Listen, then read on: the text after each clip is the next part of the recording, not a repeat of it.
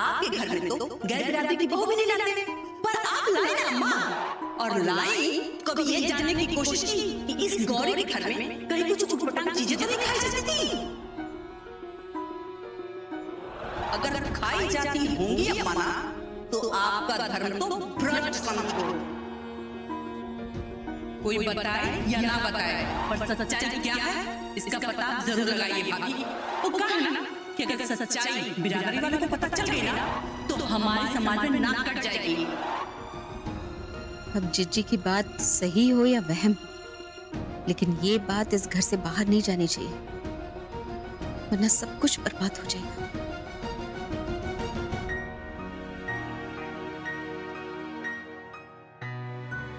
इतनी रात हो गई है, ये मुन्ना और गौरी कहाँ चले गए? अब तक आए नहीं।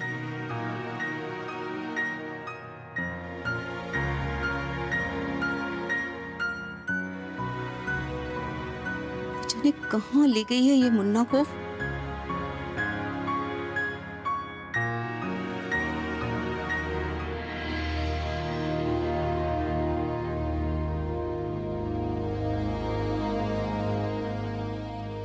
कहाँ चले गए थे तुम लोग इतनी रात को?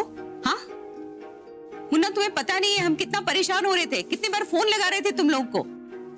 तुम लोग का फोन लग ही नहीं रहा था। एक आध बार लगा तो फोन उठाया नहीं तुमने। सॉरी अम्मा जी, वो फोन घर पे ही रह गया था इसलिए। क्या? एक तो इतनी रात को घर से बाहर जाते हो और घर में फोन भूल जाते हो। कितने लापरवाह हो तुम दोनों। चलो अब रात बहुत हो गई है, चल के सो जाओ।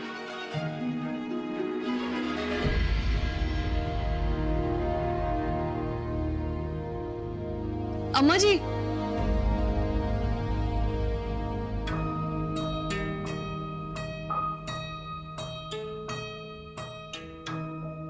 सॉरी अम्मा जी, फिर से ऐसा नहीं होगा। और हाँ, हमें देर इसलिए हुई क्योंकि हम आपके लिए आपके पसंद की रबड़ी लाने गए थे।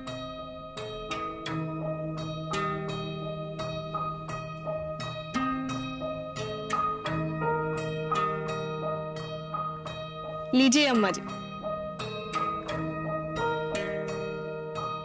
ये मीठी मीठी रबड़ी खाइए।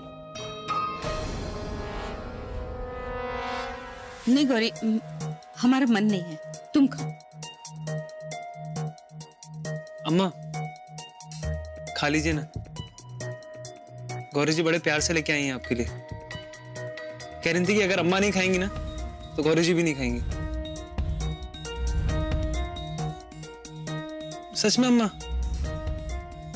हमने कहा था गौरी जी को कि खा लें, तो उन्होंने कहा कि पहले आपको खिलाएंगी फिर ये खाएंगी।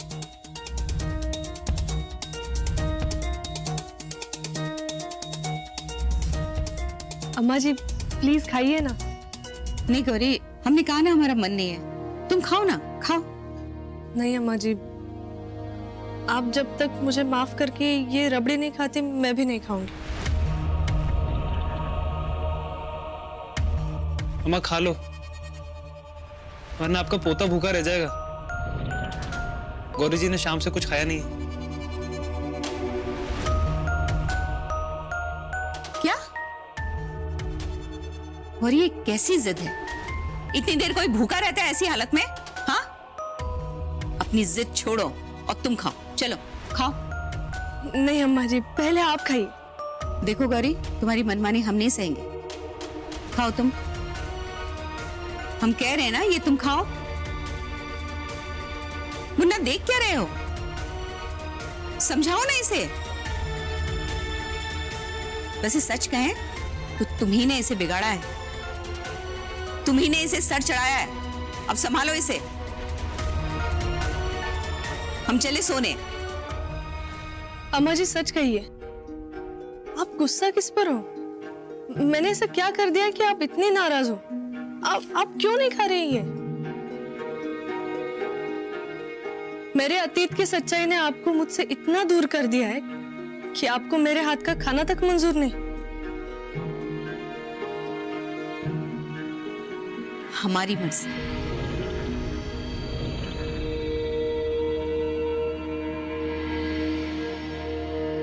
अम्मा जी मैं आपको आज पूरा सच बताती हूँ। देखिए, मैं सावंत परिवार की बेटी हूँ, कोंकणी परिवार की, जहाँ नॉनवेज खासकर मछली एक पारंपरिक भोजन है जिसे बड़े प्यार से और रिस्पेक्ट से खाया जाता है। इसीलिए मैंने शादी से पहले अपना पारंपरिक भोजन खाया है। मैं मांसाहारी थी, लेकिन अम्मा जी शादी के बाद जैसे ही मैं गौरी शिवकुमार शुक्ल बनी, तब से मैंने नॉनवेज खाना तो दूर, मैंने हाथ तक नहीं लगाया। सच में। जैसे मैं अपने मायके की परंपराओं का मान रखती हूँ, वैसे ही ससुराल की परंपराएं भी मुझे जान से प्यारी है। इसीलिए शादी के बाद मैंने वो सब नहीं खाया जो कभी मेरी जिंदगी का एक हिस्सा था। अम्मा, गौरी जी सच कह रही। उन्होंने हमारे लिए इतना बड़ा सैक्रिफाइस किया, अब तो मान जाओ।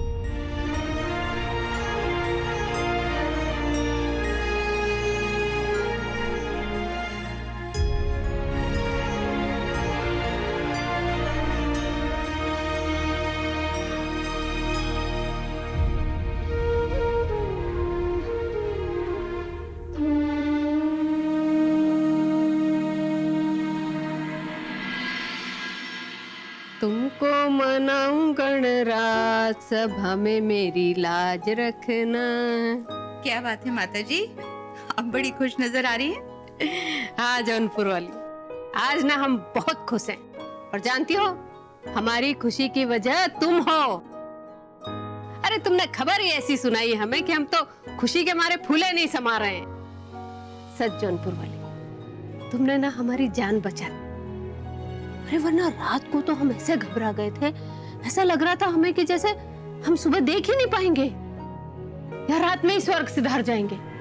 माता जी ऐसा क्यों बोल रही?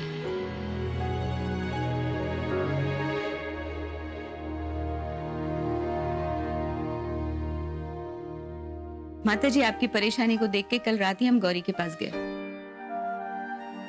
तो गौरी ने हमें बताया कि वो नॉनवेज नहीं खाती।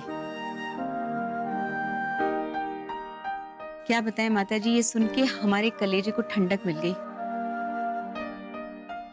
और सुबह होते ही ये बात हमने आपसे कह दी। सब गणपति जी की कृपा है।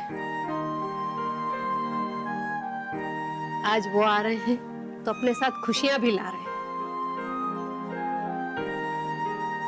अरे मुंबई वाले, यहाँ आओ।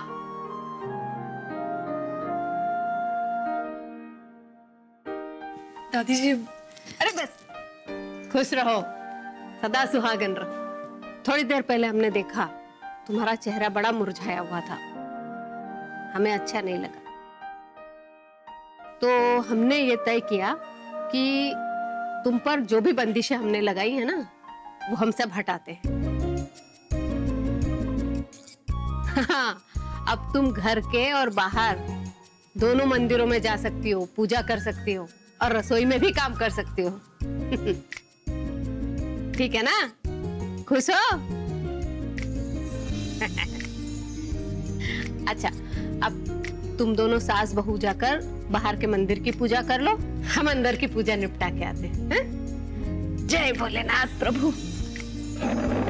बस, जय जय भोलेनाथ। हर हर महादेव शंभू। सुनो, माता जी की बात को एक कान से सुनना और दूसरे कान से निकाल देना, समझी? तुम पर वही बंदिशें लागू रहेंगी। और खबरदार, जो मंदिर या रसोई में अपने पैर भी रखे तो। लेकिन अम्मा जी, दादी जी ने तो कहा है कि मैं कोई भी बहाना बना देना, लेकिन भूले से भी मंदिर या रसोई का कोई काम नहीं करना।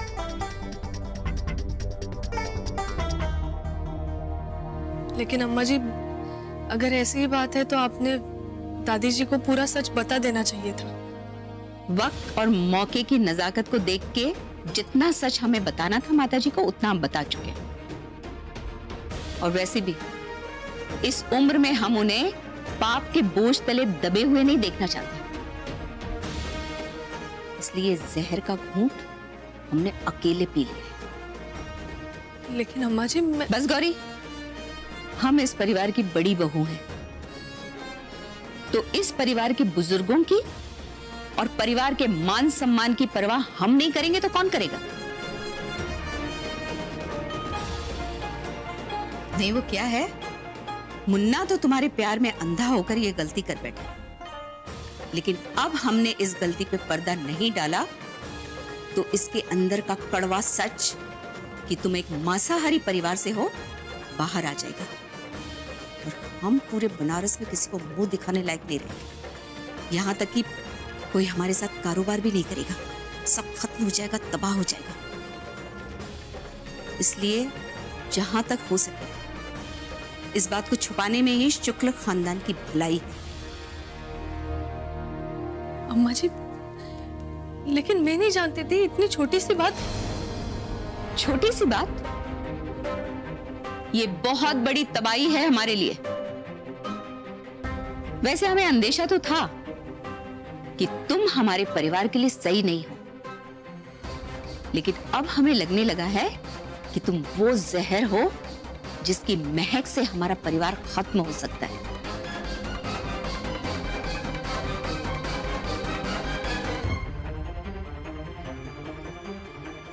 अम्मा जी लेकिन ये सब छोड़ो गौरी, और ध्यान रखो, अगर तुम्हें इस घर में रहना है तो ये बात हम दोनों के बीच में ही रहने देना, और इस घर में तुम्हें हमारी शर्तों पे रहना पड़ेगा।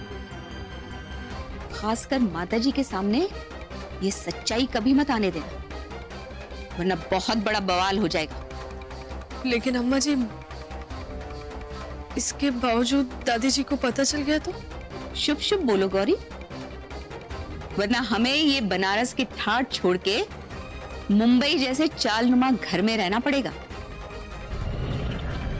जैसे तुम्हारे आई बाबा रहते हैं उस माचिस की डिबिया में। गणपति बप्पा मोरिया।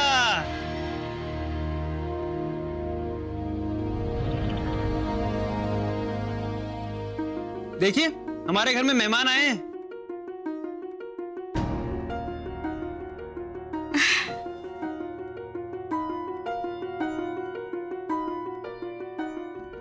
गौरी, तुम गणपति देख के खुश नहीं हुई? हम तो बहुत खुश हैं। हमारे यहाँ पहली बार गणपति आए मुन्ना। हाँ गौरी, हम इनकी सास संभाल के बारे में ज्यादा तो नहीं जानते। मुन्ना, तुम सारी व्यवस्था कर लोगे ना? अम्मा पर स्थापना क्या करनी है? इनकी यही दालान में? नहीं, हमारे कहने का मतलब है कि गौरी को आसानी होगी ना डेकोरेशन वगैरह करने में। जी। अच्छा गौरी, जो हमने कहा वो याद रखना। मुन्ना, हम बाहर के मंदिर की पूजा करके आते हैं।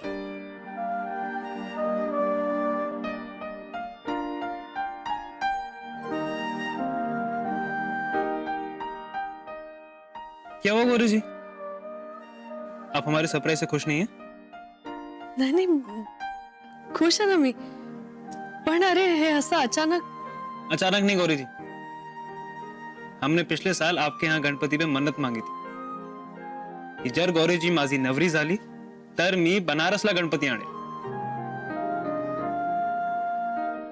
अरे वाह, एक मिनिट थांबा।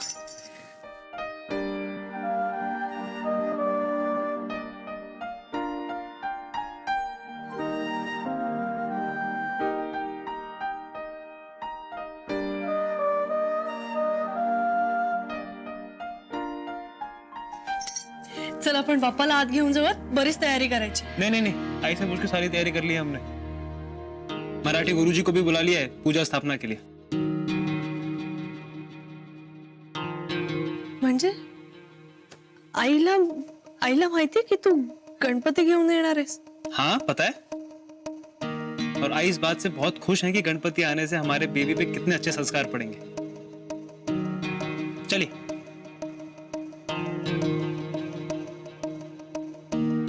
आईला काय माहिती आमच्या बाळाच्या नशिबात काय लिहिलंय ते. आई शिवची पण कमाल आहे ना. का ग? बनारसला गणपती तिथे गणपतीची मूर्ती मिळेल. अगं अगं असं काय करतेस आता ना, परदेशात म्हणजे अमेरिकेत वगैरे सुद्धा मूर्त्या तिथेच बनवतात, इथून नाही नेत. आणि हे तर बनारस आहे, का नाही मिळणार? एव्हाना शिव ना गणपतीची मूर्ती घरी घेऊन सुद्धा गेला असेल. फार चांगला नवरा मिळालाय गौरीला. आता ना गौरीच्या पोटी बाल गणेश आला ना की ते घर कसं पूर्ण होईल बघ. आणि बाळ गणेश नाही झाला, मुलगी झाली तर? हा नाही म्हणजे आई, मला खरंच गौरीची खूप काळजी वाटते. आई म्हणजे त्यांच्यात आहे ना मुलगा मुलगा असं खूप असतं. जर गौरीला मुलगा नाही ना झाला खूप त्रास होईल हो तिला. अगं नाही नाही, असं काही नाहीये. मी अगदी सहज म्हणाले ग बाल गणेश. मुलगा मुलगी असं काही माझ्या मनात नाहीये. हो, आणि त्यांनाही तसा काही प्रॉब्लेम नसावा. आई मला माहितीये म्हणजे ह्या घरात माझ्यापासून गोष्टी लपवल्या जातात. मला कोणीच काही सांगत नाही, पण मला माहितीये ना गौरीच्या अम्माजीना आणि दादीजीना मुलाची किती आस येते. एव्हाना ना पोता पोता करून त्यांचं सगळं सुरू सुद्धा झालं असेल.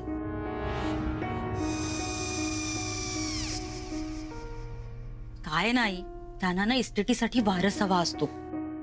आता मुलगाच बापाचं आणि खानदानाचं नाव पुढे चालवतो ना, म्हणून मुलगा हवा असतो. मुलगी म्हणजे काय, जबाबदारी. कशाला हवी आहे ती जबाबदारी? आई अहो, त्यांच्यात मुलगी झाली ना तर सुनेला माहेरी पाठवतात आणि मुलाचं दुसऱ्या मुलीशी लग्न लावतात. माझ्या एका मैत्रिणी बरोबर असंच झालंय. देव करू आणि गौरीला मुलगाच होऊ दे, मुलगी नको व्हायला. काय माहिती त्या लोकांना मुली का नको असतात ते. अगो कारण त्यांनी तुका पाहिला असात आणि म्हणून धसको घेतलं नाही त्यांनी. पण मी समजावलंय त्यांका, म्हटलं सगळ्या मुली काही नेशासारख्या नसतात. आई शांतता. आजी अहो, तुम्ही नेहमी मलाच का बोलता? तिथे मुलींबद्दल असेच विचार करतात म्हणून बोलले. हो काहीतरी काय बोलतात हा? उगीच आपली उचलली जेवणी लावली टाळ्याला. मी थैसर होते ना राहायला, मग माका माहिती आहे सगळं. अगो ती माणसं तशी नाही आहात, आपल्यासारखीच आहात. आपल्याकडे सुद्धा मुली झाल्यानंतर मुलगो मुलगो म्हणून मुलींची लाईन लावतात ना. हा आपल्याकडच्या पण सासवाना पहिला नातूचा वाटतो, तसं त्यांचा पण आहे. पण अम्माजीना तर मुलाचं फार आहे, म्हणजे त्या तसाच विचार करतात. अंका काय विचार करायचा ते करू दे, कळला? पण आपली गौरी आणि शिव यांचे विचार तसे नाही आहेत. मुलगा आणि मुलगी याच्यात काय पण फरक करत नाहीत ते. अगो ते शिकलेले आहात, समजूतदार. पण बाकीच्यांना सुद्धा माहित असायला हवं ना आजी, की शेवटी कसं आहे, गौरीला त्याच घरात राहायचंय, सगळ्यांबरोबर पटवून घ्यायचंय, विशेषतः अम्माजी आणि दादीजींबरोबर. नाही नाही अगं निशा, राहू दे ना, असू दे. आम्ही नाही पटवून घेतला तुझ्यासोबत. तू काय कमी उपद्व्यास केलेस काय गो? हा अगो तुझ्या डोक्यातली किती घाण काढली आम्ही बाहेर, माहितीये काय तुका? आता ती किती घाण साफ झाली माहित नाही, पण अगो तसं गौरी आणि शिव सुद्धा घेतील सांभाळून त्यांना आणि त्यांच्या विचारात बदल घडवतील. आजी हे कसं शक्य आहे? हो का शक्य नसेल काय झाला?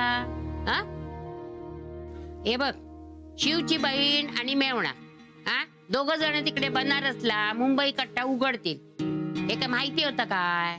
पण ते शिव आणि गौरीनी उघडल्यानी आणि चालू पण केल्यानी. मग तसाच बनारसच्या घरात बाप्पा येतला, हे हमक तरी माहिती होतं काय? नाही ना, पण बाप्पा आले ना थैसर. तसाच शिव आणि गौरी दोघे जण या लोकांच्या मनात बदल घडवतील. पहिली बेटी आणि धनाची पेटी हे ते दोघ जण अम्माच्या गळी नक्की उतरवतील, खात्री आहे माका. गणपती आलेत ना त्यांच्या घरी, तर गणपती बाप्पा त्यांच्या कामात त्यांना यश देईल नक्की. गणपती बाप्पा मोरया. काय गो निशा, गणपती बाप्पा म्हणाले ना, हा तुझ्या तोंडात त्या मिठाची गुळणी भरली आहे का काय? कधी बोलणार? उद्या बोल. गणपती बाप्पा मोरया. मोरया.